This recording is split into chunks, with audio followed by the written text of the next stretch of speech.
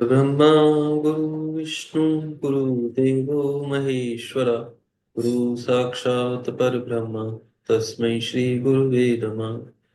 त्वमेव माता च पिता त्वमेव त्वमेव बन्धु च सखा त्वमेव त्वमेव विद्या द्रविणं त्वमेव त्वमेव सर्वं मम देव देव।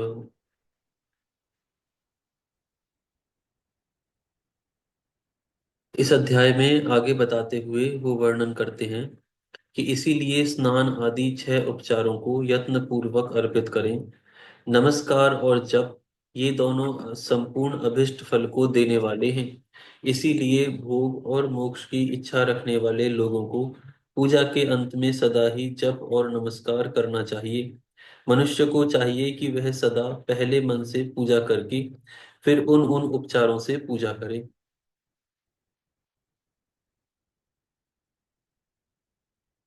देवताओं की पूजा से उन उन देवताओं के लोकों की प्राप्ति होती है तथा उनके अवान्तर लोक में भी यथेष्ट भोग की वस्तुएं उपलब्ध होती हैं।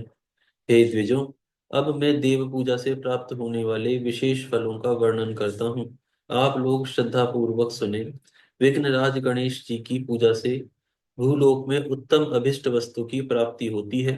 शुक्रवार को, श्रावण और भाद्रपद मासों की शुक्ल पक्ष की चतुर्थी को और पौष मास में शतभिषा नक्षत्र के आने पर विधि पूर्वक गणेश जी की पूजा करनी चाहिए। 100 या सहस्त्र दिनों में 100 या सहस्त्र बार पूजा करें। देवता और अग्नि में श्रद्धा रखते हुए किया जाने वाला उनका नित्य पूजन मनुष्यों को पुत्र एवं अभिष्ट वस्तु प्रदान करता है। वह समस्त पापों का शमन तथा भिन्न भिन्न दुष्कर्मों का विनाश करने वाला है। विभिन्न वारों में की हुई शिव आदि की पूजा को आत्मशुद्धि प्रदान करने वाली समझना चाहिए। वार या दिन, तिथि, नक्षत्र और योगों का आधार है। वह समस्त कामनाओं को देने वाला है। उसमें वृद्धि और क्षय नहीं होता। इसीलिए उसे पूर्ण ब्रह्म स्वरूप मानना चाहिए। सूर्योदय काल से लेकर दूसरे सूर्योदय काल आने तक एक बार की स्थिति मानी गई है। जो ब्राह्मण आदि सभी वर्णों के कर्मों का आधार है, विहित तिथि के पूर्व भाग में की हुई देव पूजा मनुष्य को पूर्ण भोग प्रदान करने वाली होती है। यदि मध्याह्न के बाद तिथि का आरंभ होता है तो रात्रि युक्त तिथि का पूर्व भाग पितरों के श्राद्ध आदि कर्म के लिए उत्तम बताया जाता है। ऐसी तिथि का परभाग ही दिन से युक्त होता है, अतः वही देव कर्म के लिए प्रशस्त माना गया है।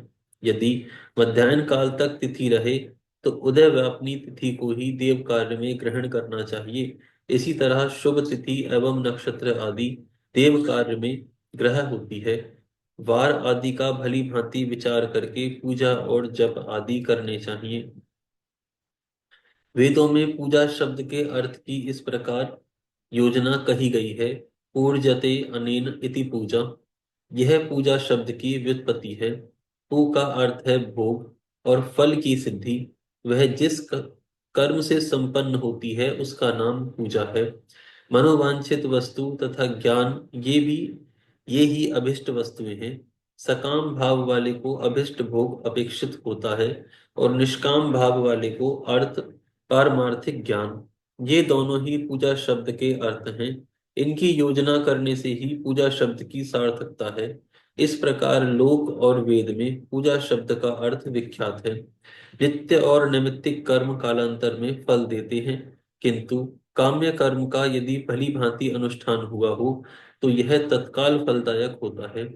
प्रतिदिन एक पक्ष, एक मास और एक वर्ष तक लगातार पूजन करने से उन उन कर्मों के फल की प्राप्ति होती है और उनसे वैसे ही पापों का क्रमशः क्षय होता है। प्रत्येक मास के कृष्ण पक्ष की चतुर्थी तिथि को की हुई महागणपति की पूजा एक पक्ष के पापों का नाश करने वाली और एक पक्ष तक उत्तम भोग रूपी फल देने वाली होती है। चैत्र मास में चतुर्थी को की हुई पूजा एक मास तक किए हुए पूजन का फल देने वाली होती है।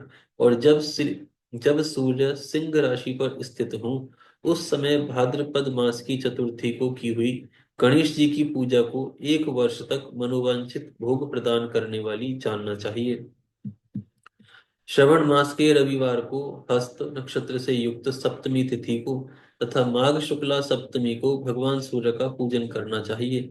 ज्येष्ठ तथा भाद्रपद मासों के बुधवार को श्रवण नक्षत्र से युक्त द्वादशी तिथि को तथा केवल द्वादशी को भी किया हुआ भगवान विष्णु का पूजन अभिष्ट संपत्ति को देने वाला माना गया है। श्रवण मास की में की जाने वाली श्री हरि की पूजा अभिष्ट मनोरथ और आरोग्य प्रदान करने वाली होती है। अंगों एवं उपकरणों सहित पूर्वोक्त गौ आदि 12 वस्तुओं का दान करने से जिस फल की प्राप्ति होती है, उसी को द्वादशी तिथि में आराधना द्वारा श्री विष्णु की तृप्ति करके मनुष्य प्राप्त कर लेता है। जो द्वादशी तिथि को भगवान विष्णु के 12 नामों द्वारा 12 ब्रह्मांडों का षोडशोपचार पूजन करता है, वह उनकी प्रसन्नता प्राप्त कर लेता है। इसी प्रकार संपूर्ण देवताओं के विभिन्न 12 नामों द्वारा 12 ब्राह्मणों का किया हुआ पूजन उन उन देवताओं को प्रसन्न करने वाला होता है। ऐश्वर्य की इच्छा रखने वाले पुरुष को कर्क की संक्रांति से युक्त श्रवण मास में नवमी तिथि को मृगशिरा नक्षत्र के योग में संपूर्ण मनोवांछित भोगों और फलों को देने वाली अंबिका देवी का पूजन करना चाहिए। अश्विनी मास के शुक्ल पक्ष की नवमी तिथि संपूर्ण अभिष्ट फलों को देने वाली है। उसी मास के कृष्ण पक्ष की चतुर्दशी को यदि रविवार पड़ा हो तो उस दिन का महत्व विशेष बढ़ जाता है।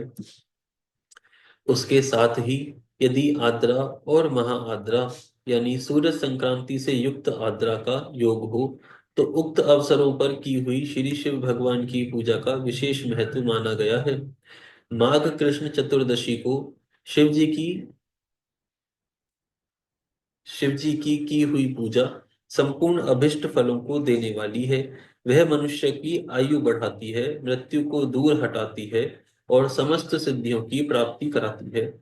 ज्येष्ठ मास में चतुर्दशी को यदि महा आद्रा का योग हो अथवा मार्गशीर्ष मास में किसी भी तिथि को यदि आद्रा नक्षत्र हो तो उस अवसर पर विभिन्न वस्तुओं की बनी हुई मूर्ति के रूप में शिव जी की 16 उपचारों से पूजा करता है। जो 16 उपचारों से पूजा करता है उस पुण्य आत्मा के चरणों का दर्शन करना चाहिए। भगवान शिव की पूजा मनुष्यों को भोग और मोक्ष देने वाली होती है, ऐसा जानना चाहिए। कार्तिक मास में प्रत्येक वार तथा तिथि आदि में देव पूजा का विशेष महत्व है। कार्तिक मास आने पर विद्वान पुरुष दान, तप, होम, जप और नियम आदि के द्वारा समस्त देवताओं का षोडशोपचार पूजन करें। उस पूजन में देव प्रतिमा, ब्राह्मण तथा मंत्रों का उपयोग आवश्यक है। ब्राह्मणों को भोजन कराने से वह पूजन कर्म संपन्न होता है। पूजक को चाहिए कि वह कामनाओं को त्याग कर पीड़ा रहित शांत हो देव आराधन में तत्पर रहे। कार्तिक मास में देवताओं का यजन पूजन समस्त भोगों को देने वाला होता है। वह व्याधियों को हर लेने वाला और भूतों तथा ग्रहों का विनाश भी करने वाला है। कार्तिक मास के रविवारों को भगवान सूर्य की पूजा करने और तेल तथा कपास का दान करने से मनुष्यों के कोढ़ आदि रोग नष्ट होते हैं।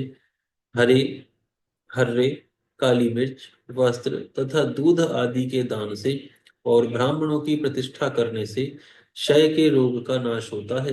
दीप और सरसों के दान से मिर्गी का रोग मिट जाता है। कृतिका नक्षत्र से युक्त सोमवारों को किया हुआ शिव जी का पूजन मनुष्यों के महान दारिद्र्य को मिटाने वाला और संपूर्ण संपत्तियों को देने वाला है। घर की आवश्यक सामग्रियों के साथ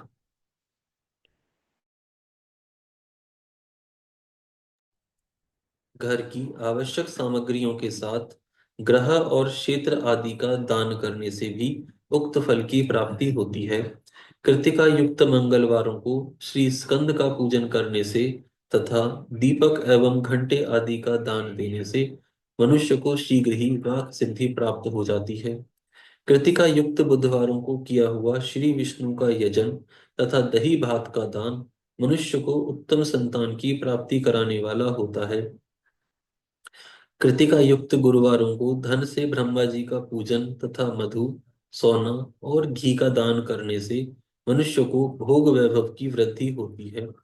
कृतिका युक्त शुक्रवारों को गजानन गणेश जी की पूजा करने से तथा गंध, पुष्प एवं अन्न का दान देने से मानवों के सुख भोग्य योग्य पदार्थों की वृद्धि होती है। उस दिन सोना, चांदी आदि का दान करने से वंध्या को भी उत्तम पुत्र की प्राप्ति होती है। कृतिका युक्त शनिवारों को दिक्पालों की वंदना, दिग्गजों, नागों, सेतुपालों का पूजन और त्रिनेत्रधारी रुद्र तथा पापहारी भगवान विष्णु का पूजन ज्ञान की प्राप्ति कराने वाला है। श्री ब्रह्मा, श्री धन्वंतरी एवं दोनों श्री अश्विनी कुमारों का पूजन करने से रोग तथा अपमृत्यु का निवारण होता है और तात्कालिक व्याधियों की शांति हो जाती है। नमक, लोहा, तेल, उड़द इन सब का त्रि त्रिकटु इन सब का और त्रिकटु यानी सौंठ, पीपल और गोल मिर्च, फल, गंध और जल आदि का तथा घृत आदि द्रव पदार्थों का और स्वर्ण, मोती, धान्य आदि ठोस वस्तुओं का भी दान देने से स्वर्ग लोक की प्राप्ति होती है। इनमें से नमक आदि का मान कम से कम एक प्रस्थ यानी एक सेर और स्वर्ण आदि का मान कम से कम एक पल होना चाहिए। धन की धनु की संक्रांति से युक्त पौष मास में उष काल में शिव आदि समस्त देवताओं का पूजन क्रमशः समस्त सिद्धियों की प्राप्त करने वाला होता है। इस पूजन में अगहनी के चावल से तैयार किए हुए भविष्य का नैवेद्य उत्तम बताया जाता है। पौष मास में नाना प्रकार के अन्न का नैवेद्य विशेष महत्व रखता है। मार्गशीर्ष मास में केवल अन्न का दान करने वाले मनुष्यों को संपूर्ण अभिष्ट फलों की प्राप्ति हो जाती है। मार्गशीर्ष मास में अन्न का दान करने वाले मनुष्य के सारे पाप नष्ट हो जाते हैं। वह अभिष्ट सिद्ध, आरोग्य, धर्म, वेद का सम्यक ज्ञान, उत्तम अनुष्ठान का फल, इहलोक और परलोक में महान भोग तथा अंत में सनातन योग या मोक्ष तथा वेदांत ज्ञान की सिद्धि प्राप्त कर लेता है। जो भोग की इच्छा रखने वाला है वह मनुष्य मार्गशीर्ष मास आने पर कम से कम 3 दिन भी उष काल में अवश्य देवताओं का पूजन करे और पौष मास को पूजन से खाली न जाने दे। उष काल से लेकर संगव काल तक ही पौष मास में पूजन का विशेष महत्व बताया गया है। पौष मास में पूरे महीने भर जितेंद्रिय और निराहार रहकर द्विज प्रातः काल से मध्याह्न काल तक वेद माता गायत्री का जप करे। तत्पश्चात रात को सोने के समय तक पंचाक्षर आदि मंत्रों का जप करे। ऐसा करने वाला ब्राह्मण ज्ञान पाकर शरीर छूटने के बाद मोक्ष प्राप्त कर लेता है। द्विजेतर नर नारियों को त्रिकाल स्नान और पंचाक्षर मंत्र के ही निरंतर जप से विशुद्ध ज्ञान प्राप्त हो जाता है। इष्ट मंत्रों का सदा जप करने से बड़े पापों का भी नाश हो जाता है। पौष मास में विशेष रूप से महानैवेद्य चढ़ाना चाहिए। यहाँ बताई सभी वस्तुएं 12 की संख्या में समझनी चाहिए। चावल, भार, अच्छा, चावल, मैं हर बार 12 नहीं पढ़ूंगा क्योंकि उन्होंने पहले बता ही दिया है। तो चावल, काली मिर्च, मधु और घृत कुंड, मूंग, द्रोण, 12 प्रकार के व्यंजन, घी में तले हुए पुए, लड्डू और चावल के मिष्ठान, प्रस्थ, दही और दूध और 12 नारियल आदि फल, 12 सुपारी, कर्पूर, कत्था और 5 प्रकार के सुगंध द्रव्यों से युक्त 36 पत्ते पान से महानैवेद्य बनता है। इस महानैवेद्य को देवताओं को अर्पण करके वर्णानुसार उन देवता के भक्तों को दे देना चाहिए। इस प्रकार के औदन नैवेद्य से मनुष्य पृथ्वी पर राष्ट्र का स्वामी होता है। महानैवेद्य के दान से स्वर्ग प्राप्ति होती है। हे द्विज श्रेष्ठों, 1000 महानैवेद्यों के दान से सत्यलोक प्राप्त होता है और उस लोक में पूर्णायु प्राप्त होती है एवं 30,000 महानैवेद्यों के दान से उसके ऊपर के लोकों की प्राप्ति होती है तथा पुनर्जन्म नहीं होता।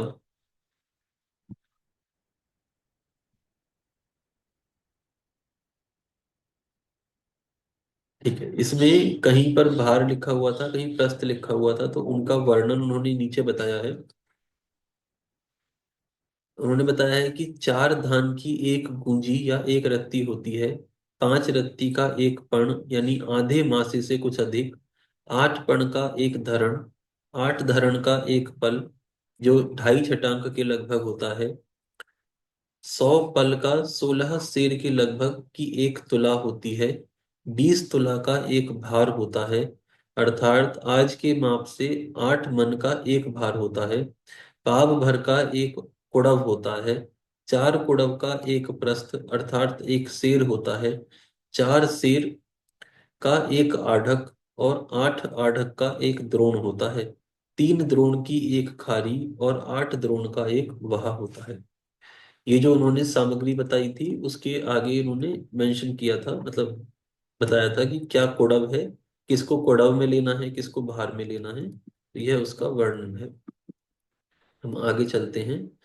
36,000 महानैवेद्यों का जन्म नैवेद्य कहा गया है। उतने नैवेद्यों का दान महापूर्ण कहलाता है। महापूर्ण नैवेद्य ही जन्म नैवेद्य कहा गया है। जन्म नैवेद्य के दान से पुनर्जन्म नहीं होता।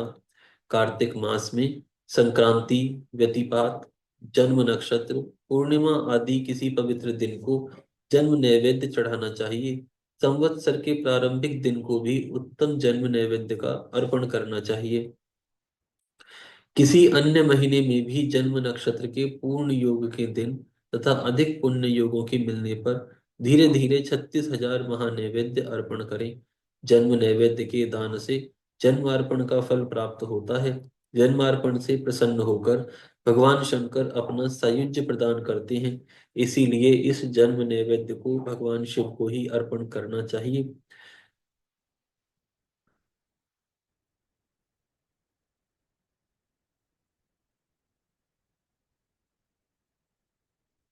पुनर्जन्म की निवृत्ति के लिए जन्म नैवेद्य से शिव जी की पूजा करनी चाहिए। सारा सारा चराचर जगत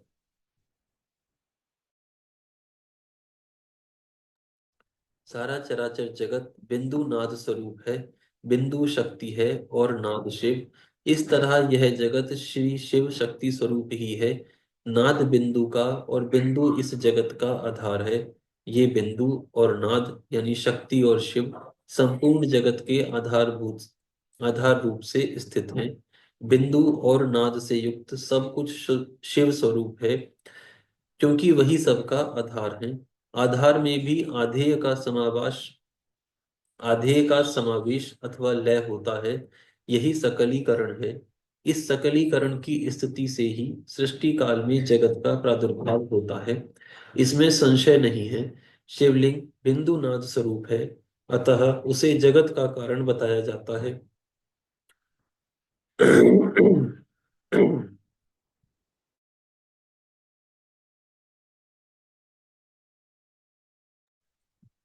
अतः उसे जन्म अतः उसे जगत का कारण बताया जाता है। बिंदु देवी है और नाद शिव, इन दोनों का संयुक्त रूप ही शिवलिंग कहलाता है। अतः जन्म के संकट से छुटकारा पाने के लिए शिवलिंग की पूजा करनी चाहिए। बिंदु रूपा देवी उमा माता हैं और नारद स्वरूप भगवान शिव पिता। इन माता पिता के पूजित होने से परमानंद की ही प्राप्ति होती है। अतः परमानंद का लाभ लेने के लिए शिवलिंग का विशेष रूप से पूजन करें। वे देवी उमा जगत की माता हैं और भगवान शिव जगत के पिता। जो इनकी सेवा करता है उस पुत्र पर इन दोनों माता पिता की कृपा नित्य अधिकाधिक बढ़ती रहती है। वे पूजक पर कृपा करके उसे अपना आंतरिक ऐश्वर्य प्रदान करते हैं। अतः हे मुनीश्वरों, आंतरिक आनंद की प्राप्ति के लिए शिवलिंग को माता पिता का स्वरूप मानकर उसकी पूजा करनी चाहिए। भर्ग यानी शिव पुरुष रूप हैं और भर्गा यानी शिवा अथवा शक्ति प्रकृति कहलाती हैं। अव्यक्त आंतरिक अधिष्ठान रूप गर्भ को पुरुष कहते हैं और सुव्यक्त आंतरिक अधिष्ठान भूत गर्भ को प्रकृति। पुरुष आदि गर्भ है। वह प्रकृति रूप गर्भ से युक्त होने के कारण गर्भवान है, क्योंकि वही प्रकृति का जनक है। प्रकृति में जो पुरुष का संयोग होता है, यही पुरुष से उसका प्रथम जन्म कहलाता है। अव्यक्त प्रकृति से महतत्व आदि के क्रम से जो जगत का व्यक्त होता है, वही उस प्रकृति का द्वितीय जन्म कहलाता है। जीव पुरुष से ही बार बार जन्म और मृत्यु को प्राप्त होता है। माया द्वारा अन्य रूप से प्रकट किया जाना ही उसका जन्म कहलाता है। जीव का शरीर जन्म काल से ही जीर्ण, छह भाव विकारों से युक्त होने लगता है। इसीलिए उसे जीव यह संज्ञा दी गई है। जो जन्म लेता और विविध पाशों द्वारा बंधन में पड़ता है, उसका नाम जीव है। जन्म और बंधन जीव शब्द का ही अर्थ है। अतः जन्म मृत्यु रूपी बंधन की निवृत्ति के लिए जन्म के अधिष्ठान भूत माता पितृ स्वरूप शिवलिंग का भली भांति पूजन करना चाहिए। आज यहाँ विराम करते हैं, कल से प्रारंभ करेंगे।